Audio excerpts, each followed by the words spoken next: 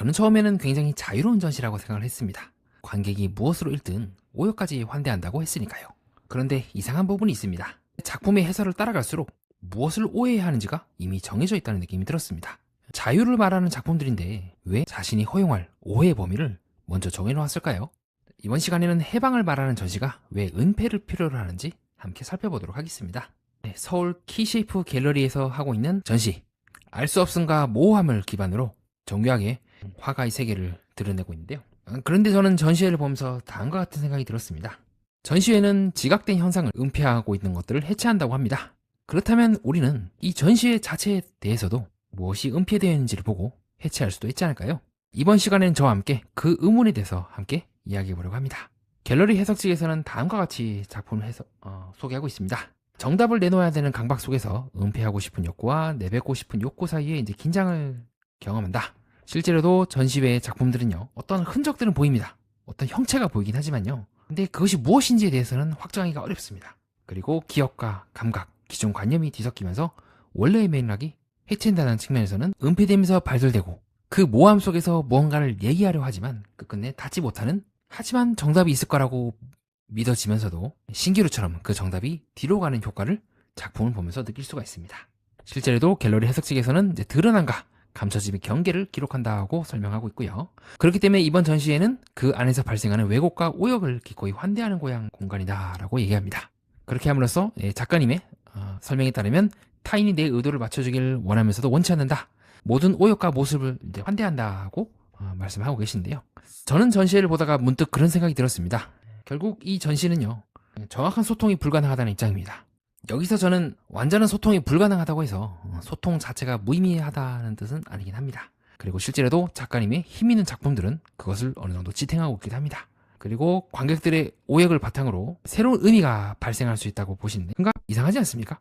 그렇다면 이번 전시는 왜 오역을 감수하면서까지 계속해서 타인에게 말을 거는 걸까요? 이 작품의 전체적인 의미를 다 전환해도 이번 전시는 성립할까요? 저는 오역을 감수하면서도 끝내 오역되어서는 안 된다고 여기는 핵심이 이번 전시회의 작품들과 해석 속에 있지 않을까 궁금해졌습니다. 아니면 어쩌면 속에 나와 있는 미묘한 형체들, 형상들, 흐릿하다 하지만 결국에는 구체적인 또 형상이 나와 있는 것들을 통해서, 그리고 갤러리 측에서 이제 마지막에 이제 그 오역을 원하면서도 원치 않는다고 하지만 우리는 앞에 있는 설명들을 읽게 됩니다. 이것들을 바탕으로 우리는요, 무엇을 오역하고 무엇을 오역하면 안 되는지에 대해서 범위가 결정이 됩니다. 갤러리의 이 해석 소개글에 따르면요. 자, 그렇다면 순수하게 오역하는 것이 가능할까요? 모호하지 않은 부분들을 통해서 범위가 제한이 되고 있는 건 아닐까요? 오역을 전제로 한다는 거는요, 그 안에 뭔가 해독될 가치가 있다는 것을 전제로 합니다. 그렇기 때문에 우리가 오역에 대해서 얘기를 한다거나 전시회의 작품에 대해서 얘기하는 순간 작품들이 그러하다고 전제를 하고 시작을 하게 됩니다. 또 다른 작품들을 보겠습니다. 실제로 우리는 이 작품들을 보면서 흐릿한 부분이 있습니다. 흘러내리죠. 그러나 동시에 우리는 이 형체가 무엇인지에 대해서 공통적으로 얘기할 수가 있습니다. 소파이고 창문이고 아파트의 풍경 같죠. 뒤집어 말하면 이와 같은 구체적인 형상을 가진 작품들이었고 정말 형상조차도 알아볼 수 없는 작품들이 나오게 된다면요, 우리가 이 작품이 그런 의도에서 시작을 했구나라는 것을 전제하고 이해를 할 수가 있을까요? 작품들을 보면 모호하게 마치 추상화처럼 붕괴되는 부분도 있지만 그렇지 않고 어느 정도 우리가 게슈탈트처럼 어느 정도는 공통적으로 동의할 만한 부분들도 같이 나오게 됩니다. 실제로 작품들을 보면 그런 부분들 계속해서 지속적으로 나오긴 하고요. 그래서 저는 다음과 같은 생각을 해봤던 것 같습니다.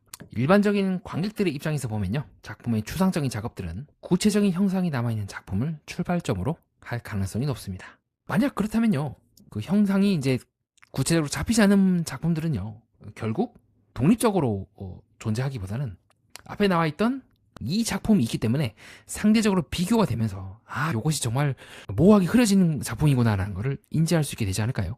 즉, 이 작품은 어떻게 보면 이번 전시에는 구체적인 형상이 그려진 작품들로부터 연결되었다고 저는 보고 있습니다. 갤러리 측의 소개글을 따면 은폐된 것을 이제 해방시키고 떠나보내며 진행이 되는 거죠.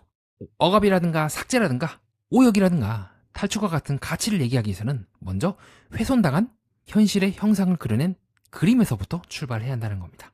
그러면 추상적인 작품들은 현실에서 해방된 것처럼 보이지만 실제로는 계속해서 현실에 비치고 있는 게 아닐까요? 즉, 현실을 완전히 이제 버리고 초월하고 독립적으로 존재하기보다는 현실을 출발점으로 삼았다는 흔적이 작품 전체에 걸쳐서 걸쳐지게 되는 것이 아닐까 저는 생각을 해봤습니다. 그런 측면에서 본다면 바닥에 설치되어 있는 작품들도 고정된 의미에서 벗어난 감각의 해방 또는 애도의 장으로도 볼 수가 있지만 여전히 회화의 잔이라든가 파편이라든가 벽돌 등 자신이 탈출한 세계를 증거물로 지니고 있고 거기서부터 추상적 작업들이 뻗어나게 됩니다. 즉 이 작품들이 자유로워 보이는 이유는 자유롭지 않은 형식으로부터 시작을 했기 때문이 아닐까요? 그렇게 저는 이번 전시를 보면서 해석이나 자체가 하나의 알레고리가 된 게 아닐까라는 생각을 해봤습니다. 전시에서는 다음과 같이 얘기합니다.